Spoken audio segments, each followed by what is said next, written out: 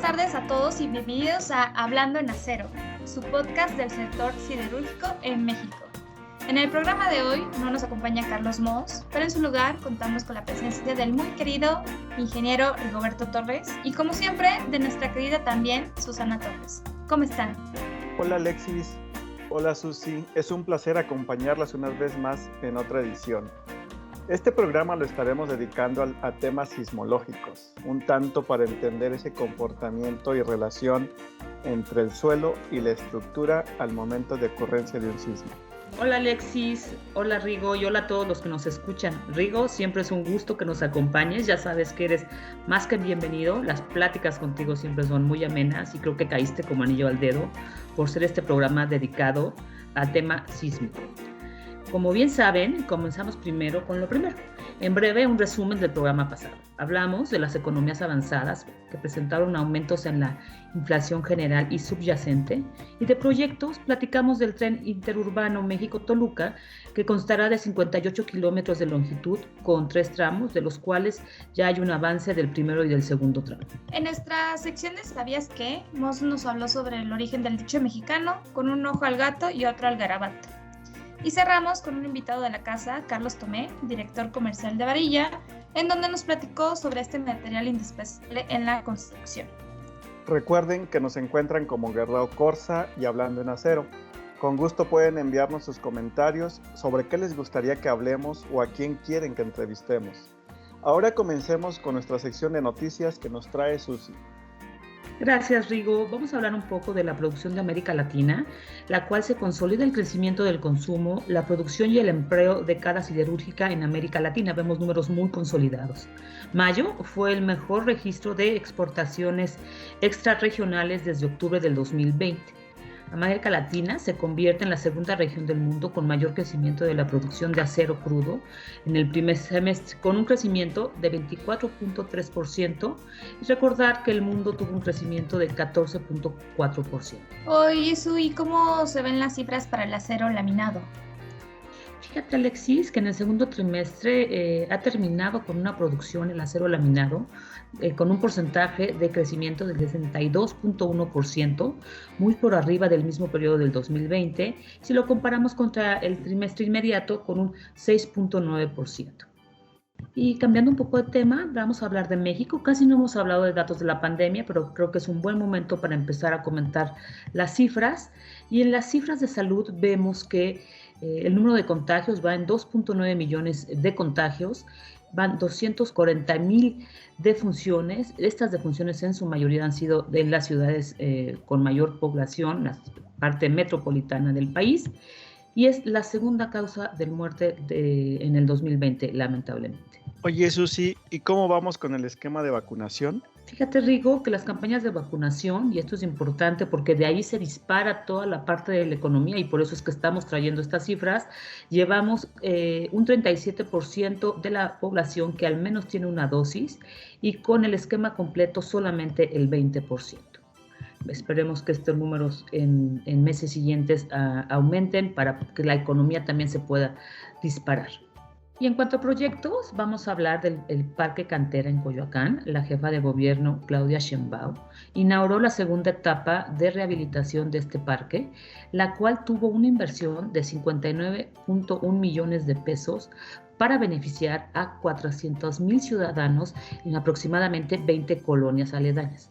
En este sentido, por ejemplo, la jefa de gobierno local detalló que en total para la rehabilitación de dicho parque se destinaron 130.4 millones de pesos y en la segunda etapa del parque de Cantera se habilitaron zonas de interacción, tales como el espejo de agua de 1,168 metros cuadrados, el foro al aire libre de 550 metros cuadrados, así como el jardín polinizador de 1,000 metros cuadrados, donde se sembraron cerca de 800 árboles y más de 150,000 arbustos y plantas, entre otras amenidades. Sin duda se están realizando varios proyectos de rehabilitación urbana, una apuesta para mejorar la calidad del hábitat. Pasemos a la sección de innovación y transformación digital. Óscar, bienvenido. Gusto de saludarte y que nos acompañes una vez más. Alexis, Susi, Rigo, qué gusto estar con ustedes en otra ocasión y poder compartir con toda la audiencia sobre innovación y transformación digital. Oigan, pues les comparto que uno de mis hobbies es correr. Y en mis inicios de este hobby, por ahí de los 2000, Nike tenía unos tenis que, por cierto, todos los que nos llamábamos corredores queríamos, en los que podíamos meterle como un chip, en donde posteriormente podías ver tu ritmo y distancia recorrida. En esos tiempos, la palabra wearable o dispositivo vestible no era como comúnmente se les llamaba, pero este dispositivo es uno de los primeros creados comercialmente para obtener información. La semana pasada, Facebook y Ray-Ban, el famoso fabricante de lentes para sol, lanzaron al mercado Ray-Ban Stories, una apuesta de innovación colaborativa entre estas dos marcas, las cuales tienen como propósito compartir momentos directamente desde los lentes y con esto poder colaborar directamente en las redes sociales de Facebook. Bueno, pues los wearables están dentro de la industria de Internet de las Cosas o el IoT, ¿no? Como se le conoce. Y si bien hablamos de los usos a nivel personal, en la industria son ampliamente usados. Por ejemplo, hay una empresa que se llama RealWear. Es una de las muchas empresas en este sector que proporciona dispositivos especializados para ambientes industriales de trabajo. O sea, sus dispositivos son resistentes al agua, polvo, a caídas, y una de sus muchas funcionalidades es apoyar, por ejemplo, actividades de mantenimiento, dado que a través de sus dispositivos se puede accesar a planos de alguna maquinaria o transmitir incluso en tiempo real para un operador para que tenga apoyo remoto y con esto apoyar las maniobras que el operador en sitio realiza, siempre procurando la seguridad del mismo. Otro ejemplo es el casco de la marca Keep Us, el cual es un casco que integra sensores que pueden detectar impactos, cambios de temperatura abruptos y gases dañinos, integrados con tecnología GPS, el cual puede mandar distintos tipos de datos a una central y poder monitorear un ambiente seguro para los operadores. ¿Cómo ven? Pues con esto llega la hora de la confesión. ¿Quién de ustedes va a comprar los Ray-Ban Stories o qué wearable usan y cómo los han usado? Pues a mí me encantan los lentes de sol y Ray-Ban es una de mis marcas favoritas. Creo que yo sí le echo un ojo para ver cómo funciona esta tecnología de los Ray-Ban Stories. Excelente, Alex. Yo me declaro que igual voy a ser de esos que van a caer. Pero bueno, los wearables son una herramienta muy poderosa para poder obtener información. Según un artículo de la revista de Harvard, en el 2013 nada más se obtenían como 7.2 millones de datos fisiológicos al día. Ahora, si ampliamos el universo de datos obtenidos de los wearables para todos los dispositivos, según la página Statista, y voy a ser muy geek en mis próximos números, pero para el 2015 se generaban 15 petabytes de información. Y para dar una equivalencia, imagínense toda la actividad que se genera por Facebook en un día y multiplíquenla por 4, ¿no? Y para el 2020, la misma página declara que ya se generaban más de 335 petabytes de datos en todos los wearables. Eso es equivalente más o menos a toda la información que se genera en Google en un día multiplicada por 15. ¡Wow! ¿No? No cabe duda que al final los wearables son una gran fuente de información y las aplicaciones en la industria nos proveen de muchísima más información que podríamos tener si usamos estos dispositivos, ya sea para generar, compartir o consumir información que nos ayude a ser más eficientes, productivos y seguros. Sobre todo para evitar posibles escenarios que afecten la producción o la seguridad en la industria, ¿no? Oscar, muchísimas gracias por todo y nos escuchamos en el siguiente mes. A ustedes, nos estamos escuchando. Pasemos entonces a la cápsula cultural. Alexis, el micrófono es todo tuyo. ¿Qué nos vas a platicar el día de hoy? ¿Sabían que uno de los monumentos más importantes de la Ciudad de México se derrumbó durante un sismo y su cimentación fue hecha de hierro? Fíjate que uno que me viene a la mente es el Ángel de la Independencia. Justo hoy hablaremos del Monumento a la Independencia, o conocido como coloquialmente el Ángel de la Independencia.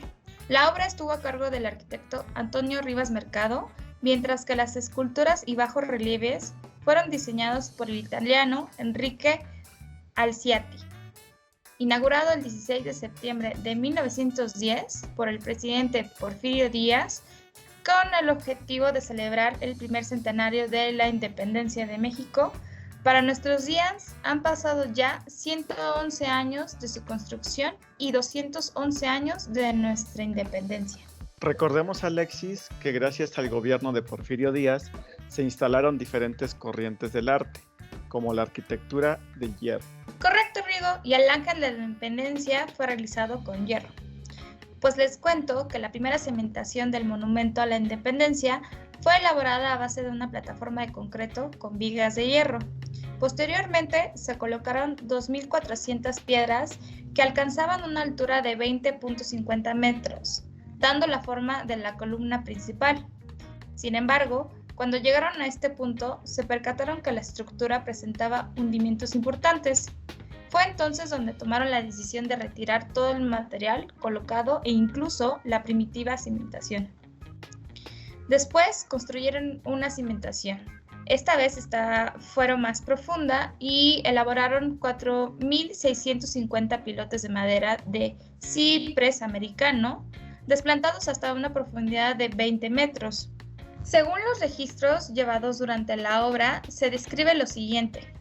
Se colocó una serie de pilotes de concreto unidos en su parte superior por medio de una plataforma de concreto reforzado con fierro, quedando sujeta la unión de los pilotes de madera y los de concreto por una atagulla metálica de forma cilíndrica de 8 metros de altura y 22 metros de radio. No olvidemos otro dato curioso y no menos importante, pues en el inicio de la cápsula hablamos también de sismos, pero para entenderlo todo, vale la pena abundar un poco sobre la historia del monumento. En 1957, en la madrugada del 28 de julio, se presentó un sismo de magnitud de 7.8 grados en la escala de Richter. La afectación más icónica de este sismo fue la caída de la escultura, que es la representación de la diosa griega alada de la Victoria, hecha de bronce con recubrimiento de oro, que mide 6.7 metros de altura y tiene un peso de 7 toneladas. En la mano lleva una corona de laurel en la actitud de colocarla a los vencedores, y la otra cadena con eslabones rotos, pues después de 14 meses de restauración fue reinaugurado. Es importante señalar que numerosos sismos se han presentado y pese a estas sacudidas, resaltando los del ya pasado 85 y donde el resultado fue devastador, y el del 2017 ha permanecido intacto. Alexis, así podemos hablar de las rehabilitaciones que se han tenido que someter monumentos o edificios por los daños sísmicos. Y justo ya que se acerca la fecha conmemorativa de 2 sismos importantes, ¿por qué no hablamos de esto más a detalle con un experto? Susi, por favor, preséntanos a nuestro invitado. En esta ocasión nos acompaña el doctor Amador Terán. Obtuvo el grado de licenciatura en Ingeniería Civil en la Universidad Autónoma Metropolitana y los grados de maestro y doctor en Ingeniería en las universidades de Texas en Austin y California en Berkeley, respectivamente. Ha sido profesor de tiempo completo en la Universidad Autónoma Metropolitana desde 1989 y profesor invitado en varios posgrados nacionales e internacionales. Ha formado parte de 3 mesas directivas de la Sociedad Mexicana de Ingeniería Sísmica y de 2 mesas directivas de la Sociedad Mexicana de Ingeniería Estructural.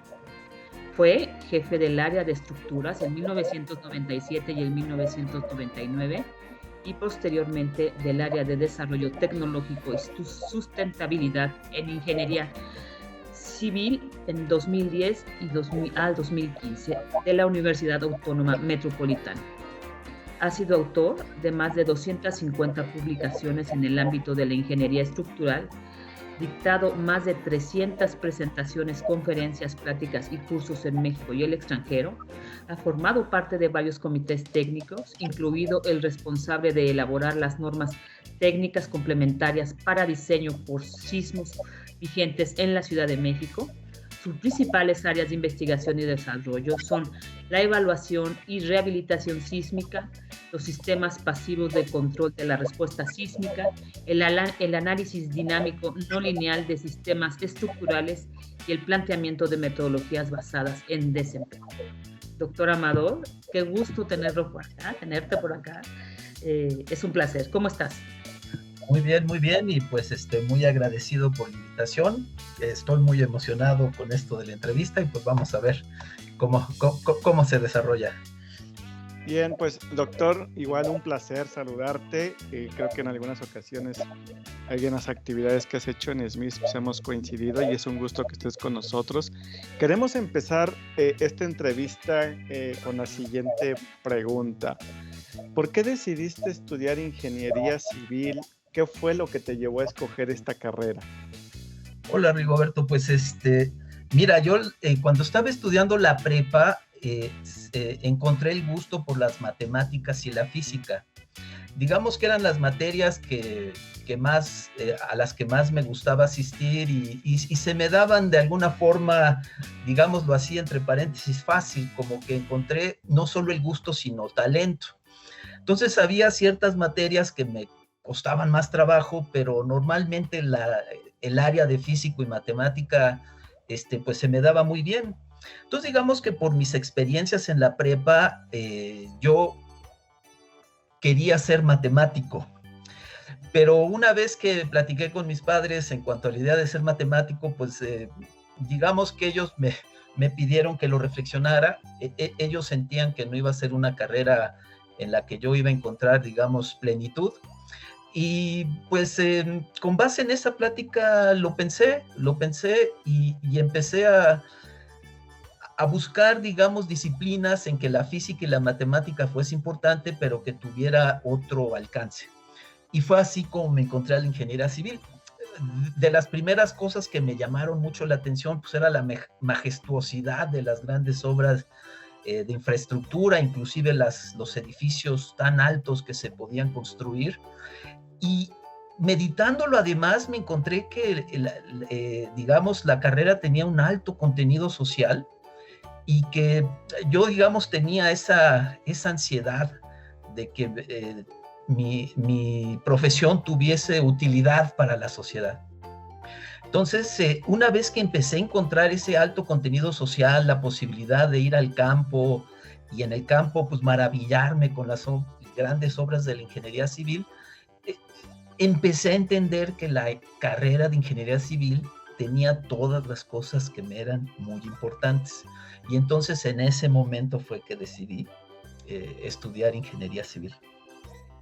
Amador, yo creo que los consejos de los padres siempre sirven para algo, ¿no? Y qué bueno que te orillaron a poder a lo mejor cambiar de carrera, ¿no? Y escoger una que se adecuara más y qué suerte, ¿no? Que en la carrera de ingeniería encontraras esta parte social y que se sienta uno como, por así decirlo, útil en el sentido de poder apoyar en realizar estructuras.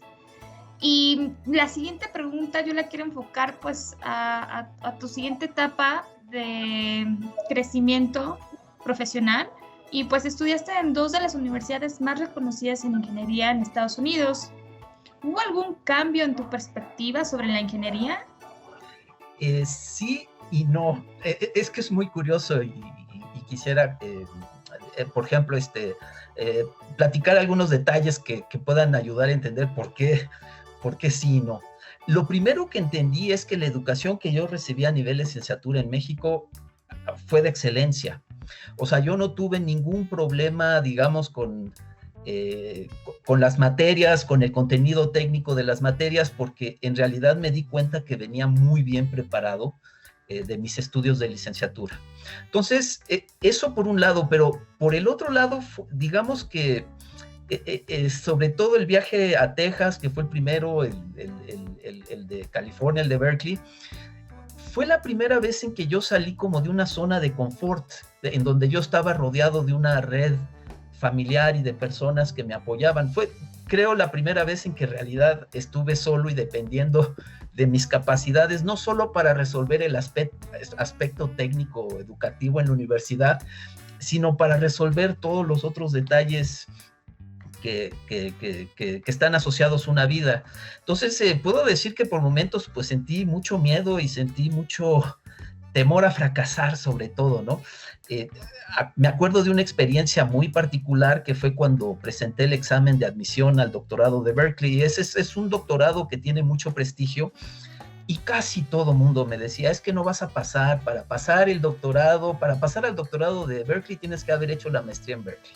Nadie que venga de fuera y presente un examen de admisión al doctorado de Berkeley es aceptado. Entonces, yo empecé a dudar de mí mismo y muchas personas, yo creo que con ganas de ayudar, como para que yo aceptara el fracaso de una manera constructiva, me decían que no iba a poder. Y realmente los días previos a ese examen de admisión, pues sentí mucha inseguridad y mucha miedo al fracaso. Y sencillamente cuando llegaron los resultados del examen y dijeron que estaba aprobado, pues me di cuenta de muchas cosas. Entonces eso, en primer lugar, me dio más seguridad en cuanto a mí mismo. Pero una cosa que sorprendentemente aprendí, sobre todo en la Universidad de Berkeley, es que cuando uno trabaja de manera comprometida, constante, y piensa en el largo plazo, uno puede lograr cosas excepcionales. Yo en México, cuando salí a estudiar mi posgrado, lo que yo percibía que yo podía lograr era muy limitado. Yo no me veía como un agente de cambio. Y entonces, estando allá, pues realmente vi que la labor como individuo, que las personas comprometan a una meta es importantísima, pero hay cosas que no se logran a corto plazo, que uno tiene que entender, que uno tiene que invertir mucho esfuerzo. Entonces, yo lo que vi ahí es una cultura de logro a largo plazo, de realmente resolver problemas grandes, pero con un esfuerzo comprometido. Yo ahí fue cuando empecé a notar que muchas veces en México pensamos en corto plazo y que si no obtenemos resultados a corto plazo, a veces ya no seguimos comprometiendo nuestro esfuerzo y nuestro talento en lograr cosas. Entonces, yo creo que esa parte que viví en Berkeley me logró, digamos, centrar alrededor de entender el potencial que yo tenía como individuo y de las cosas que yo tenía que hacer para que ese potencial se transformara en logros concretos para, en este caso, para nuestro país y para nuestra sociedad. Definitivamente nos dejas un mensaje muy claro, y digo que también este mensaje para las nuevas generaciones es prácticamente tenacidad y confiar en uno mismo, ¿no? Creo que si no hubieras tenido esta confianza en ti, no hubieras llegado hasta donde llegaste, ¿no? O has llegado. Y cambiando un poco el tema, mi siguiente pregunta va enfocada a cómo ha sido tu trayectoria dentro de las sociedades de ingeniería sísmica e ingeniería estructural. Platícanos un poco qué aportaciones han dado estas instituciones a la sociedad, por ejemplo. Pues digamos que estas preguntas tienen su grado de complejidad porque toda actividad humana conlleva ciertos aspectos complicados y ciertos aspectos de logro. Entonces entendí que hay muchas cosas que, como parte de esta sociedad, digamos, la parte complicada, entendí que hay cierta política interna, podríamos llamarlo así, grilla, o falta de solidaridad entre nosotros que impide que como comunidad logremos ciertas cosas. Eso por un lado. Por el otro lado, vi la parte de potencial, de abrir espacios y abrir caminos hacia futuro. Así como digamos, en Estados Unidos entendí como el potencial del individuo, la labor del individuo para lograr cosas, como parte de las actividades de las sociedades técnicas, entendí la importancia de trabajar en equipo. Hoy en día estoy convencido que los grandes logros que se puedan tener, los logramos como comunidad, que no importa que haya, digamos, individuos talentosos en una comunidad, si no logramos integrar el trabajo de todos ellos, si no lo logramos encauzar a resolver los grandes problemas, pues quedamos limitados, digamos, como ingenieros. Entonces, yo he sido muy afortunado, digamos, en la labor que he tenido en el gremio, porque no solo he sido profesor, también he sido investigador y también he sido asesor de grandes proyectos, digamos. Y en todas esas labores aprendí que no solo yo podía compartir conocimientos, sino podía aprender. He aprendido muchas cosas de mis alumnos, he aprendido muchas cosas de mis colegas investigadores y he aprendido muchas cosas de los ingenieros de la práctica. Digamos que uno puede llegar como especialista a un proyecto, pero hay proyectos tan complejos que que se requiere del conocimiento de muchas personas. Y entonces, cuando uno interactúa con grandes ingenieros mexicanos, pues aprende la importancia de trabajar juntos. Entonces, una de las cosas que, digamos, yo he visto en las sociedades y creo que cada vez va mejorando más, es esta capacidad de integrar esfuerzos y este entendimiento de que si no integramos nuestros esfuerzos, no vamos a lograr resolver los grandes problemas de un país que, como México, requiere de otro tipo de ingeniería. Entonces, yo cada vez veo con más ánimo, digamos, mesas con más jóvenes, con mayor empuje, con mayor compromiso al conjunto, con mayor compromiso de sacar adelante una agenda común.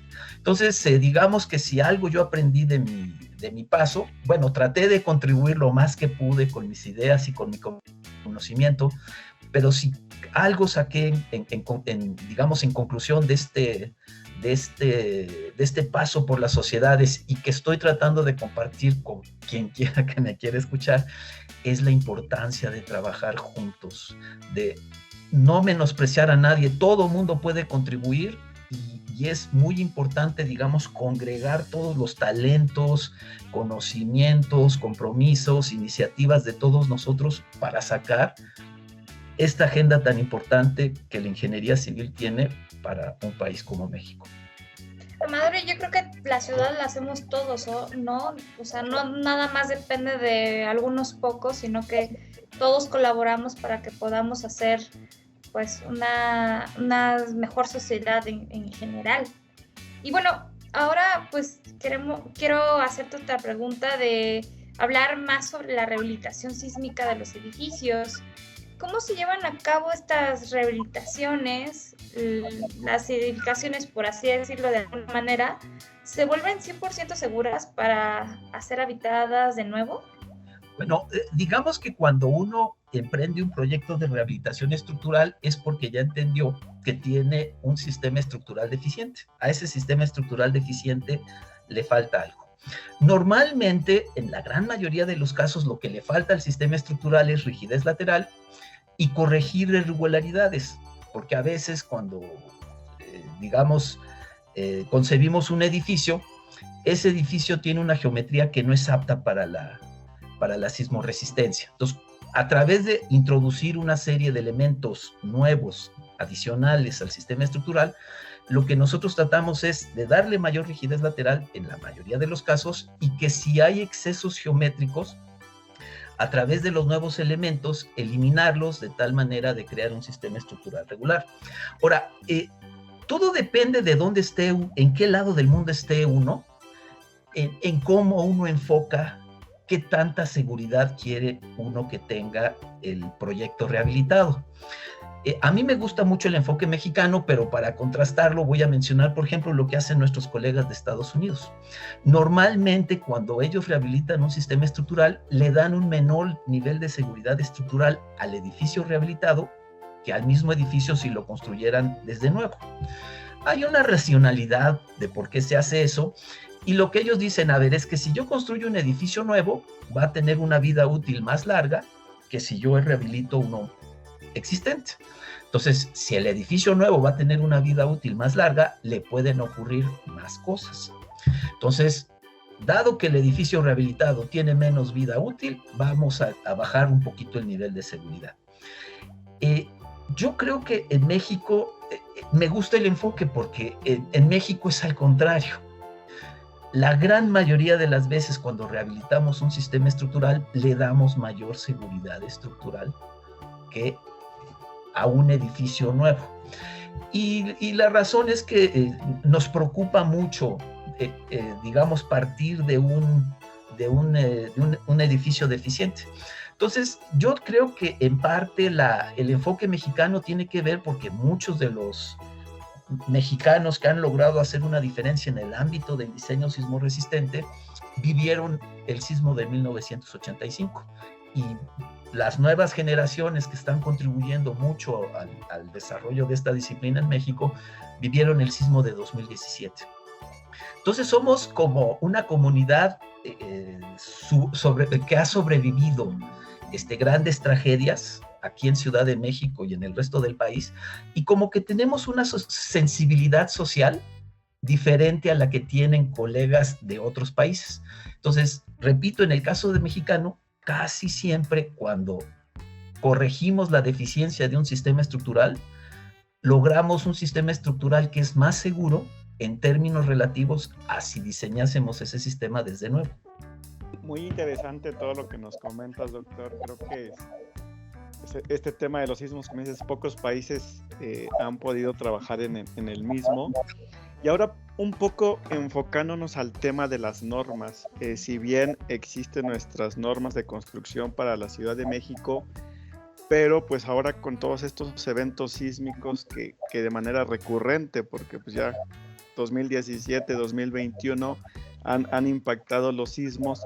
¿Tú cómo ves las normas? ¿Han cambiado? ¿Son hoy mucho más detalladas y estrictas en todas las especificaciones que tienen que cumplirse para poder construir y lograr edificaciones más seguras? Sí, han cambiado muchísimo. Digamos que el tipo de edificios que estamos acostumbrados a construir hoy en día, ese tipo de arquitectura y ese enfoque de diseño estructural nació a principios del siglo XX. Entonces podríamos decir que cuando hablamos de una estructura contemporánea, no una histórica, sino una estructura contemporánea, podríamos referirnos a principios del siglo XX. Dentro de ese contexto, el primer reglamento de diseño por sismo que existió en México se elaboró, se promulgó en Ciudad de México en 1920. Y era, pues, si hoy lo viésemos, diríamos, pues es una especie de panfleto de unas cuantas hojas. En realidad, en muy pocas hojas se decía cómo diseñar un edificio. Hoy en día, en la última versión de las normas técnicas complementarias para diseño por sismo, que aplica en Ciudad de México, la última versión se publicó en 2020 y ya es un documento de muchas hojas y decenas de hojas. O sea, en otras palabras, la normatividad se ha refinado mucho y pide mucho más cosas. Ahora, yo creo, es una cosa fascinante que a mí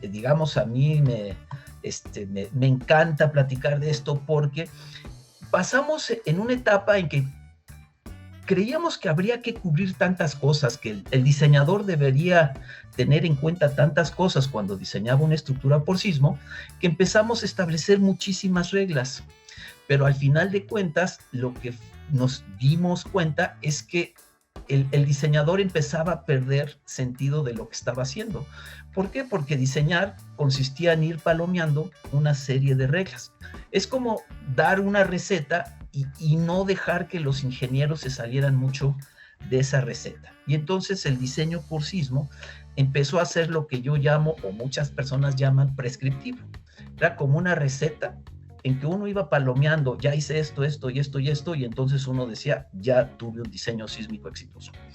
Uno de los grandes problemas de este formato, que ya implicaba un enorme refinamiento, era que el ingeniero no entendía cómo sus acciones de diseño impactaban el comportamiento de la estructura en los sismos severos. No sabía cómo sus decisiones de ingeniería resultaban en consecuencias, pérdidas de vida, pérdidas monetarias, pérdidas ambientales, costos sociales. Entonces, el ingeniero solo seguía una serie de reglas, pero no entendía cómo el hacer, digamos, un diseño más conservador de lo que implicaba la norma, cómo eso iba a tener una consecuencia en el mundo real. Lo que estamos viendo y estamos trabajando, me parece a mí, en una gran avance que será la siguiente versión de las normas por sismo de Ciudad de México, es que el formato es lo que llamaríamos más transparente.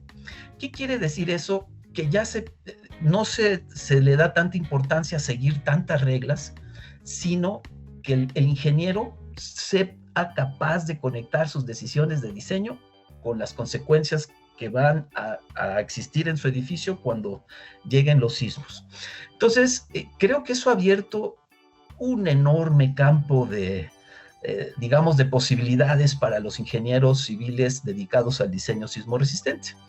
En primero, creo, y para mí que es lo más importante, como que va a permitir un ejercicio humanista de nuestra profesión. Yo les decía que una de las cosas que me llamó mucha atención desde el principio de la ingeniería civil era su alto contenido social, su alto impacto que tiene en las personas.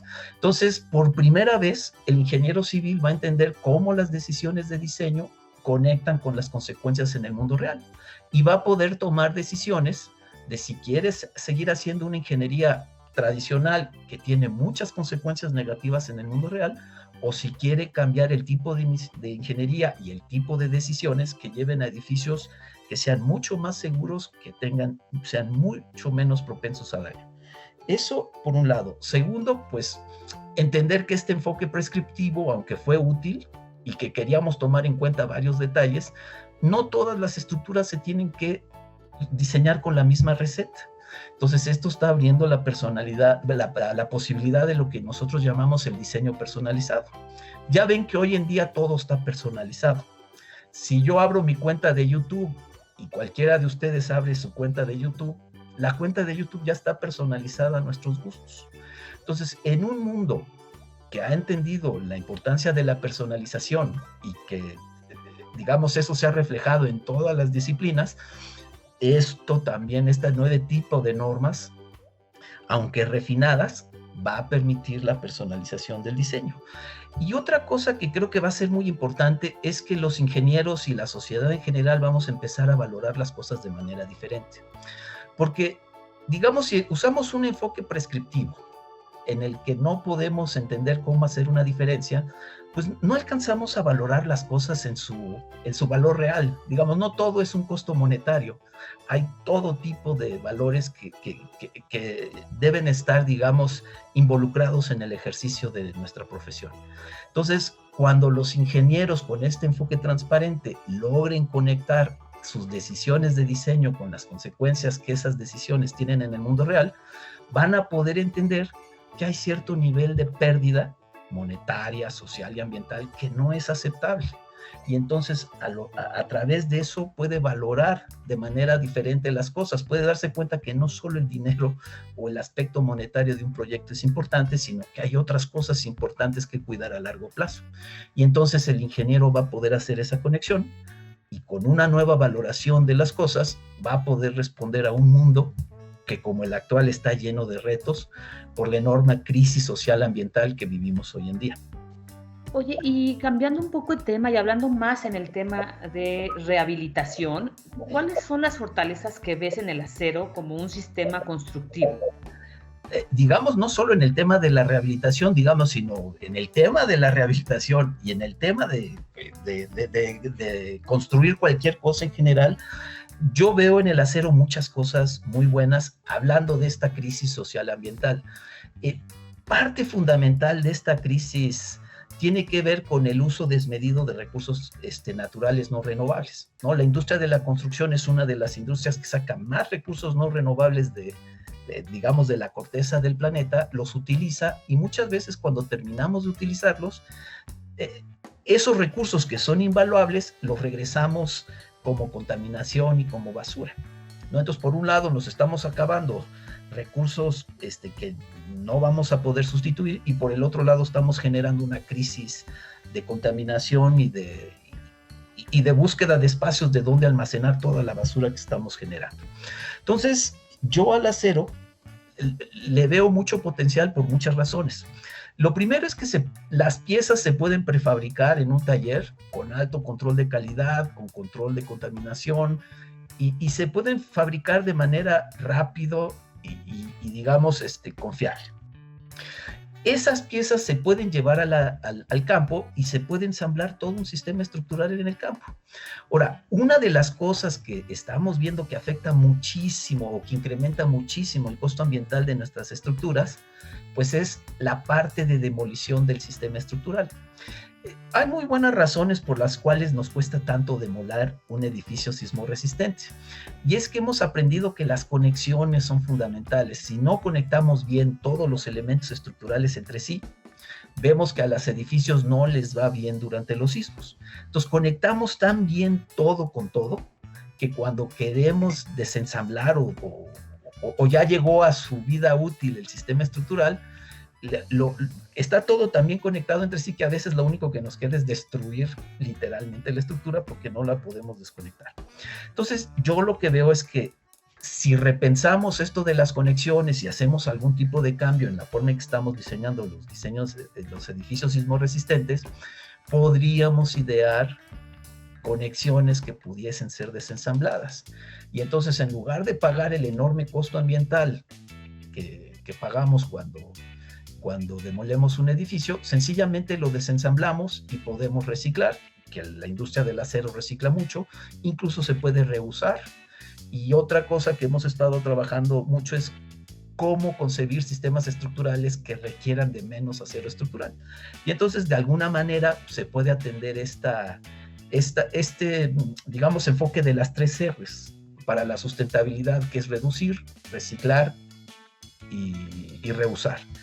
Y yo creo que el acero se presta mucho para una economía circular que requerimos como sociedades humanas para poder sobrevivir, estabilizar, digamos, los ciclos de producción que estamos teniendo. Y la industria de la construcción, por alguna razón, es una industria que no ha entrado a esa economía circular, y que podríamos hacer algunas cosas ligeramente diferentes para que en pleno esta industria de la construcción podría entrar en una economía circular, en donde cuando uno saca ciertos recursos de la corteza terrestre, los utilice varias veces y que excepcionalmente ese material se constituya como basura. Entonces, yo creo que el acero tiene mucho potencial en la rehabilitación, introduciendo elementos metálicos intercambiables a los sistemas estructurales existentes, y también tiene muchísimo potencial en estructuras nuevas. Muy interesante todo lo que nos comentas, doctor, en este tema de sismos, con el tema de normatividades, tema de los materiales, ese tema de la prevención como sociedad. Sin embargo, no sé si has escuchado que, derivado del sismo que acabamos de tener el pasado 7 de septiembre, pues surgieron ahí varias notas en algunos medios de comunicación acerca de este mes, ¿no? Septiembre, catalogándolo como el mes de los temblores. ¿Qué nos puedes decir al respecto? ¿En realidad hay una relación entre las fechas y los eventos sísmicos? No, claramente no. Hay una empresa que se llama Evaluación de Riesgos Naturales. Está dirigida por los doctores Mario Ordaz y Eduardo Reynoso, y son personas muy reconocidas tanto por su labor académica como por su labor en el mundo, digamos, de la ingeniería práctica mexicana. Y ellos tienen una publicación que mandan como parte de su empresa, pues, a quien está inscrito en su lista de suscriptores. Y recibí un correo muy simpático de la empresa RN donde dice, hacen una cuenta de los temblores que han sucedido en los últimos 100 años y los más intensos. Y resulta que ellos dicen, no, mira, en realidad el mes de los sismos debería ser diciembre. Si nos atenemos a lo que ha pasado en los 100 últimos años, la mayoría de los sismos, no la mayoría, un gran porcentaje de los sismos y de los sismos intensos han ocurrido en diciembre. O sea, ha habido más sismos intensos en diciembre que en septiembre en los últimos 100 años. Y pues claramente dicen en su correo que no se puede decir ni que septiembre ni diciembre sean los meses de los sismos, que es una cosa totalmente circunstancial. Pero dicho eso, yo creo que hay algo que se puede rescatar. O sea, más allá de que hay personas que tratan de ganar indebidamente cierta atención con ese tipo de comentarios, yo creo que el que haya habido para, digamos, a corto plazo todo lo que ha sucedido en septiembre nos puede llevar a reflexionar periódicamente de la importancia que tiene prepararse contra los sismos. Entonces, si cada septiembre todo lo que ha sucedido, estos 4 sismos de septiembre en los últimos años, ¿no? 2 del 19 y 2 del 7 de septiembre, nos llevan a reflexionar, si lo tomamos como un momento en el año en que uno deba reflexionar, puede ser muy útil, porque entonces cada año las personas recordarán la importancia de prepararse contra los sismos. Y es muy importante entender que el reducir el riesgo, el reducir las consecuencias de un sismo, es parte de todo. Por ahí se comentaba antes la labor individual, ¿no? Y yo decía la labor individual como ingeniero, y también María Alexis decía, bueno, es que también nosotros como seres humanos construimos nuestra ciudad como individuos y como colectivo. Entonces, entendiendo, digamos, eso, es importante que cada uno de nosotros entendamos que con un esfuerzo todos tenemos algo que hacer en términos de reducir las consecuencias de los sismos. Y es muy parecido a lo que se hace con el coronavirus. Digo, ya ahorita que ya ven qué difícil es esto, pero ¿cómo una sociedad enfrenta a un riesgo como el que representa una pandemia? Pues protege a las personas más vulnerables, les pide que se queden en su casa, que no salgan, vacuna a las personas, reduce su nivel de vulnerabilidad, y eso es exactamente lo que tenemos que hacer en términos de nuestro entorno construido. Nosotros no podemos pedirle a los edificios que se vayan a su casa y que no estén expuestos al sismo.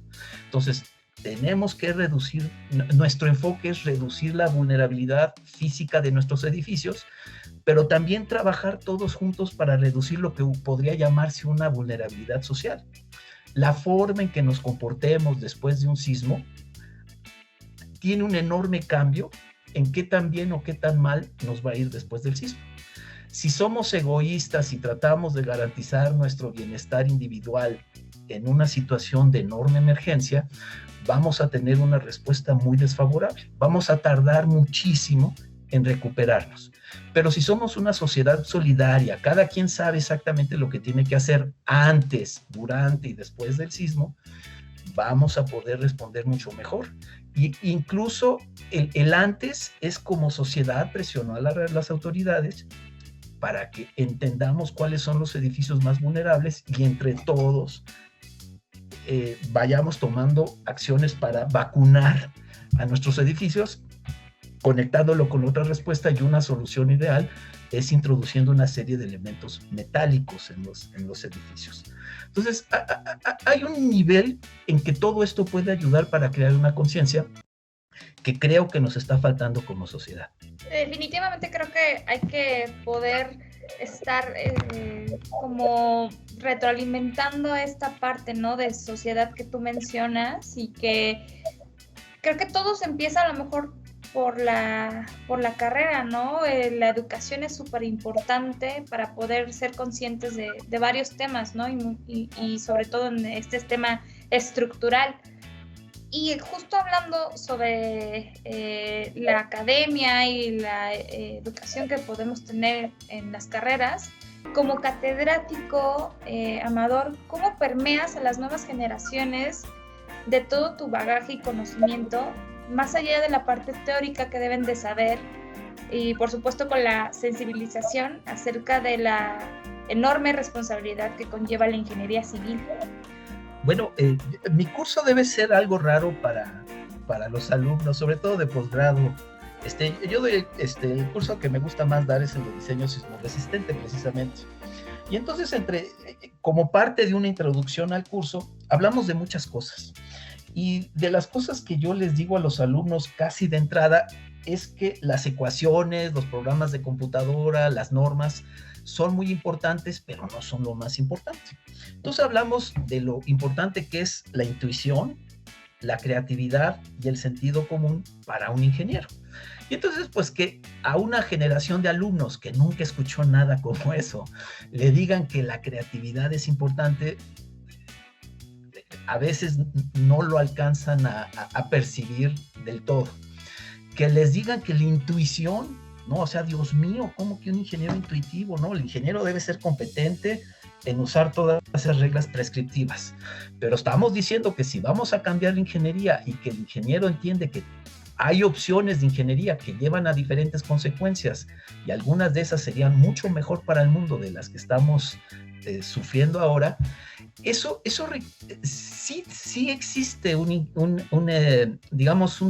intuición ingenieril. Y entonces vamos abriendo con eso el curso, y conforme van aprendiendo el conocimiento técnico, siempre va acompañado por dos cosas que yo trato de lograr que los alumnos asimilen, o digo, lo pueden aceptar o no, pueden ejercer su profesión de acuerdo a eso o no, pero quiero que por lo menos entiendan dos cosas que son fundamentales y que yo aprendí, y justo lo acabamos de platicar en las preguntas del principio. La importancia de la acción individual para cambiar el mundo. O sea, yo siempre les insisto mucho que como individuos se tienen que comprometer a algo. Y al inicio ese compromiso tiene que ser con ellos mismos. Cuando alguien está estudiando un posgrado, tiene que ser excesivamente egoísta hacia sí mismo. Todas sus energías tienen que ir dirigidas hacia sí mismo, de tal manera que él o la ingeniera puedan desarrollar la capacidad técnica que les va a permitir más adelante cambiar el mundo.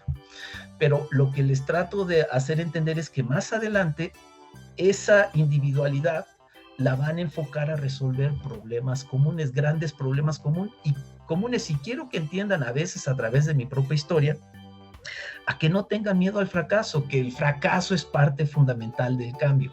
Entonces, les pongo citas de personas famosas, muy, muy famosas, que hablan de la importancia del fracaso como una cultura para lograr el cambio. Entonces, incluso les hago el comentario que si yo hiciese un currículum de fracasos, mi currículum de fracasos sería del doble o del triple de longitud que mi currículum de logros. Entonces yo estoy muy contento con mi currículum actual. Cuando yo lo veo digo, pues sí he hecho ya varias cosas después de tantos años de actividad.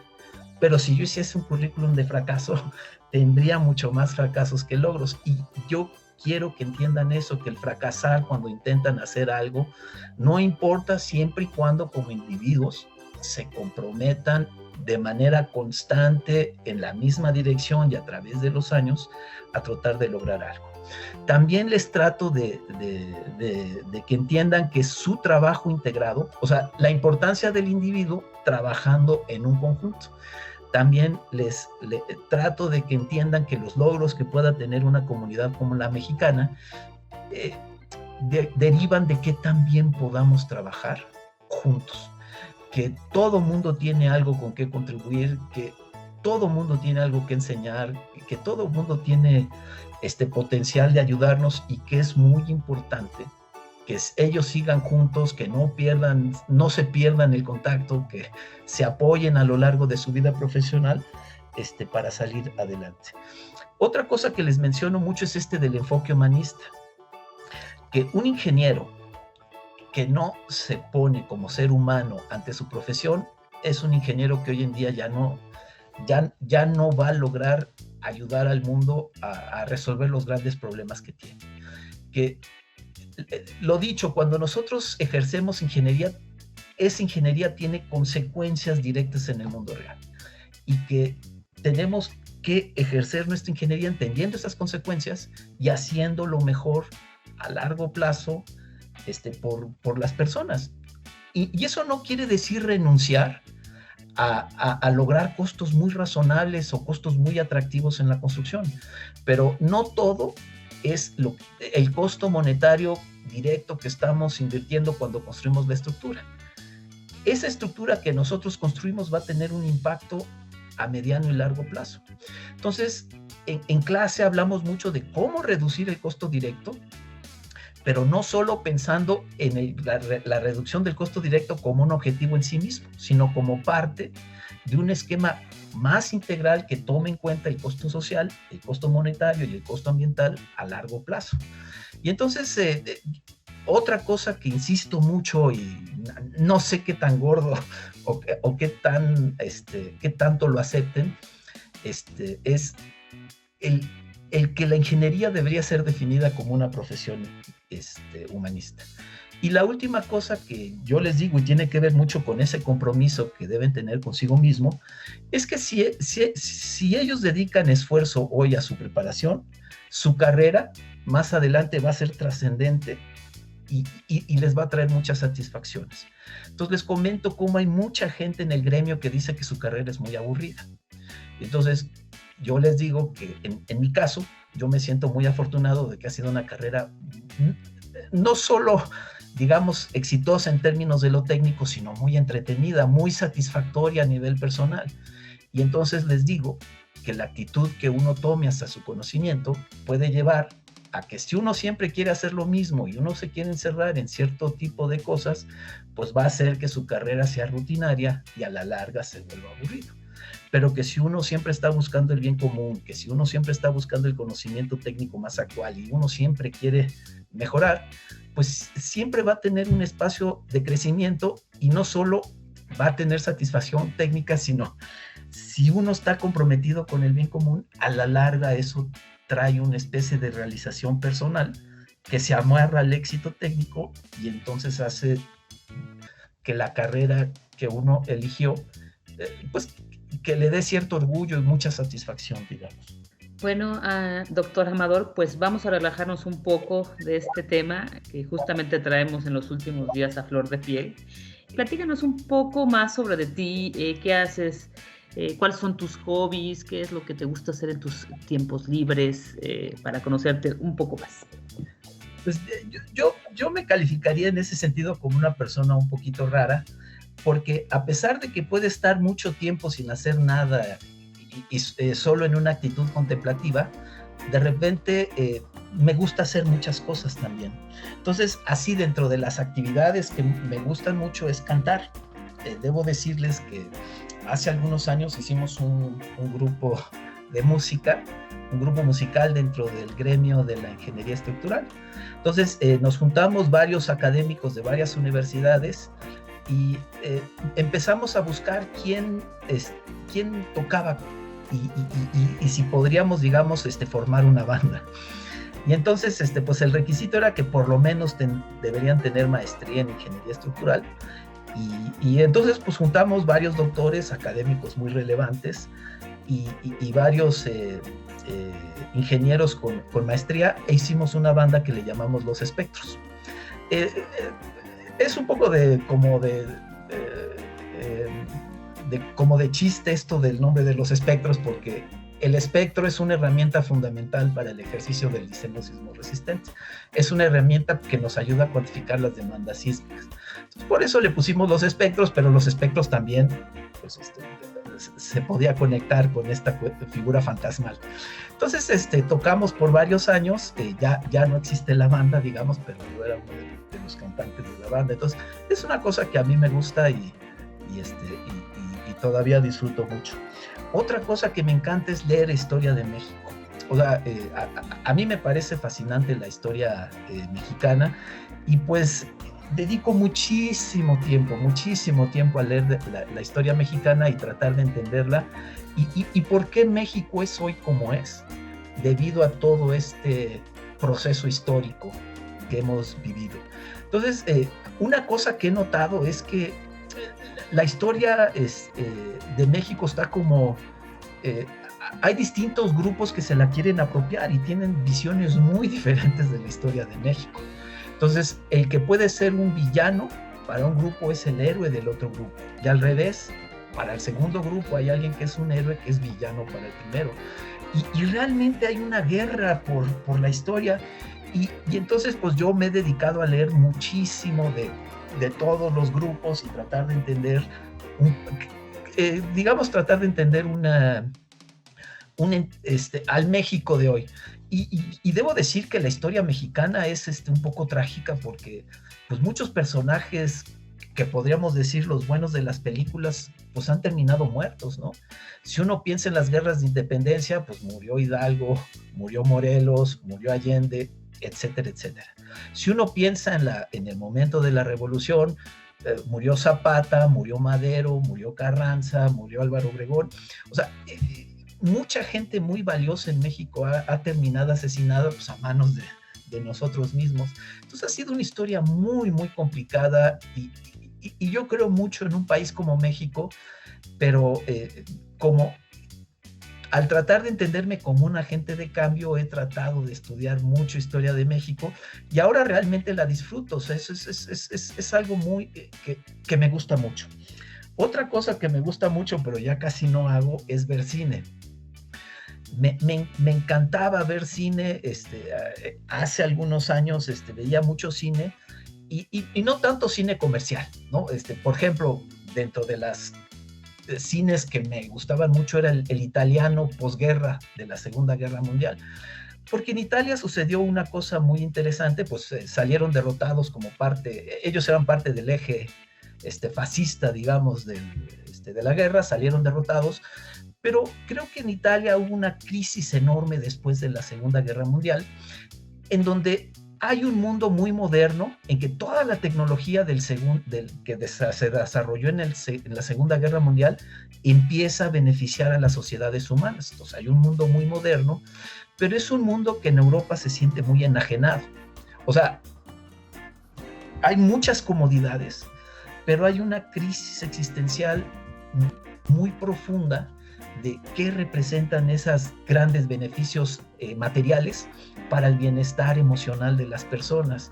Entonces, creo que el cine italiano de la posguerra marca muy bien esa crisis existencial que yo creo que en parte estamos viviendo hoy en día muchas personas, en que hay veces que ya no nos llenan, digamos, los beneficios materiales, porque hay algo dentro de nosotros que se está quedando vacío, que no se está realizando, que no está alcanzando su potencial. Y entonces, pues a mí esta escena del cine posguerra italiano, el mundo como una especie de circo, con una serie de payasos que en lugar de reír lloran, que están destruidos por dentro, son imágenes muy poderosas, ¿no? Entonces, otra de las cosas que me gustaba mucho, pues era ver ese cine. Y finalmente reflexionar, me gusta pensar muchísimo, pensar en cosas, ¿no?